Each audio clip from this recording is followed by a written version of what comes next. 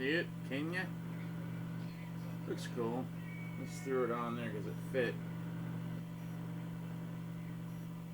Strange, huh? Because it says Gibson, but anybody knows it.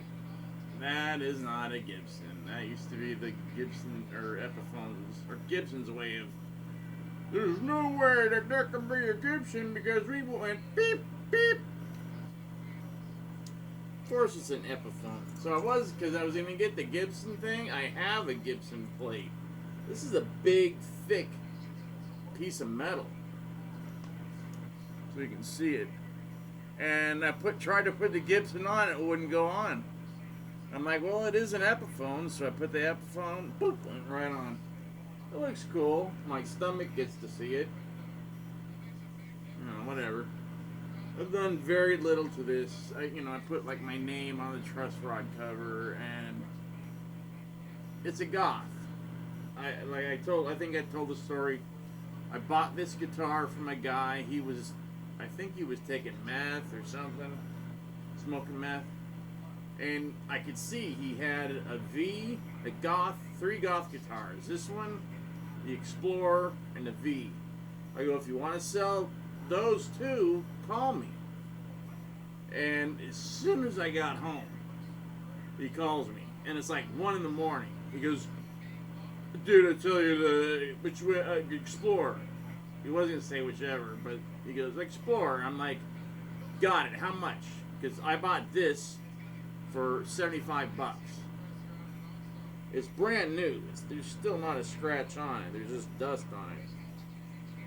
Yeah, I didn't get a case with either of them. So I said, same price? He goes, no. This is going to be like $150. I go, sorry, buddy. He's like, oh, $100. $100. I go, no, sorry. Or, well, let me think about it. Maybe tomorrow. He goes, no, I need the money now. I go, okay, $50. He goes, oh, 75. I'm like, it's $50. He goes, 75, 50, 75, 50, 75, 50, 75. Okay, 60. He goes, okay, 60. So I got this for 50, and then I got a, if you type in, like, less, or no, it's, I put, because it says Gibson on it too. So it says Gibson, if you type in Gibson Explorer, Goth Explorer, Paul Stanley model or something, because I put all the Paul Stanley mirrored stuff on it, because it just fit. So, it's got the tail thing, it's got a mirrored pick guard here. What else does the Paul Stanley have? Oh, it's got the truss.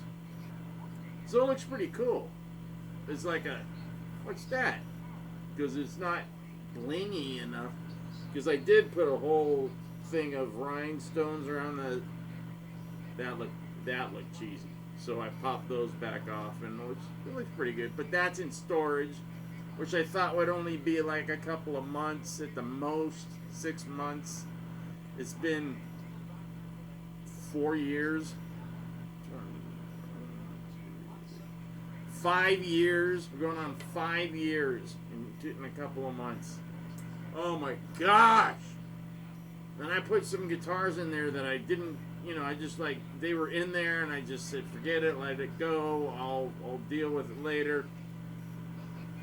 And now 5 years, and it, I have a real 76 Gibson Thunderbird, black, a real, I don't know why you gotta say that, because everybody thinks, these are guitars I bought in the 80s.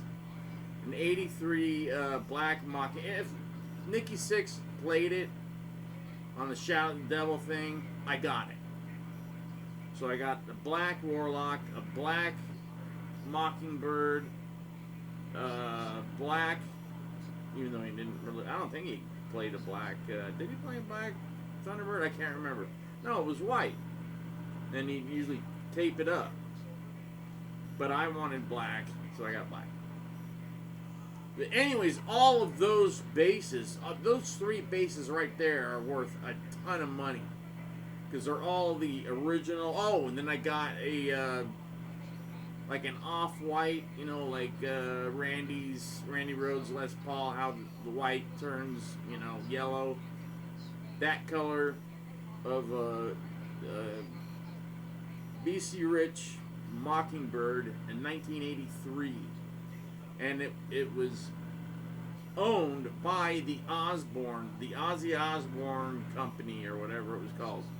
And it was for whoever was going to play bass for him on stage. They weren't going to play their own basses. They were going to play that bass, and they had a, not a Mockingbird, an eagle. But the eagle was just wood. And of course, that's the one that Bob Daisley, I think he played that on stage for Bark at the Moon, Us Festival. But I have a picture, or the guy that had it, had a picture of Bob playing it on stage, the one that I bought. And I bought it for $300. $300. And this was in like 97. Now, that's worth and it's custom. It's got 1 knob and I think 2 pickup. I can't remember. I got pictures of it up on my Facebook somewhere, but it's a really nice bass. And I got in touch with Bob Daisley, and we talked on, you know, internet, through Facebook, and he agreed. You know, I asked him some questions, told him who I was, and you know, I knew Randy, blah blah blah blah blah, and because he's like, you don't have a bunch of Randy questions for me. I go, no, because I knew Randy. He goes, oh, really?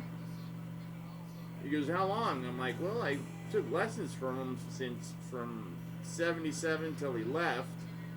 But I was a kid. I was like 12, 13, and then he left at the end of 79. And I was just turning 14. And then he came back and gave lessons, and I think I was 16 or 17, something like that. But, yeah, I didn't have questions. He had questions for me. That was kind of cool. Bob's very cool. Oh, and that's the thing, the Andrew Klein crap. So that scum, it's 2 parts of a scum team. They pissed off everybody that they talked to, and they went all the way to Australia and gave a letter demanding, saying that this was authorized by Dolores. That wasn't. And they're like, we have free reign over everything that has to do with Randy. Pictures, tapes, video, audio, whatever. We get it to use on this documentary. And Bob's like, no. You can take pictures of stuff, and I'll play you some things, and you can record it, but you're not getting nothing. And, but it's because I just, you know, this Andrew Klein jerk off, he was the biggest jerk to these people than, was a bigger jerk to these people than Peter Margolin, the guy that took like 3 or 4 lessons from Randy and taped them all. And I think he must have snuck in when he was doing the lessons when he came back, because he was asking them weird questions. The timeline doesn't, you know. If you listen to, it's up there on YouTube. Like, yeah, it is. And everybody's like, oh, it's so great. Oh, it's like it's a gem. It's not a gem. Well, it is a gem, but listen to Randy's voice. He's pissed. He's tense. He's upset. He's never like that when he was giving lessons. Ever. So knock it off with asking questions to this Andrew Klein idiot. He's an idiot, and so's Peter Margolin. They're jerks. And one of their cameramen worked for me. I was his boss. And, you know, he found out that I knew Randy and took lessons, da-da-da. So I did a thing for the documentary, because I didn't know anything. And the guy shot it, and I saw it, and I'm like, I don't know, man. I don't know. That looks really cheesy. You sure you don't want to redo it? So we redid it, and it was worse. So I called Peter Pumpkin Eater, and we got in a fight immediately. This is what he says. So, because I had two Jacksons, my two Jackson Rhoads. Well, the Rhoads, the white with the black dots, and then I had the special edition V Jackson that they made at number 3.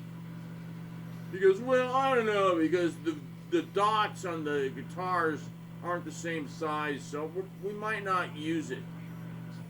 Because I was trying to get out of it. I'm like, dude, I don't want this in the documentary. I've talked to a few people. I talked to Kevin Dubrow. I talked to my guitar teacher, Craig. Craig said, I don't really care. They can use it. I'm in it or I'm not in it. It doesn't matter to me. They were fine. They just seemed like they didn't know what they were doing. I go, exactly. It's going to be a pile of junk when it comes out. And it was a pile of junk. And they were done. And they showed it to the Rhoads family, and they were crying because it was so bad. And that's when they took them to court, and they won. And that's why the damn thing isn't coming out on, so you can see. There's nothing in there that that you haven't already seen or heard. Okay, so just knock it off. Asking this guy, giving him any more, crap than he deserves. He deserves to be kicked in the head. Andrew Klein and Peter.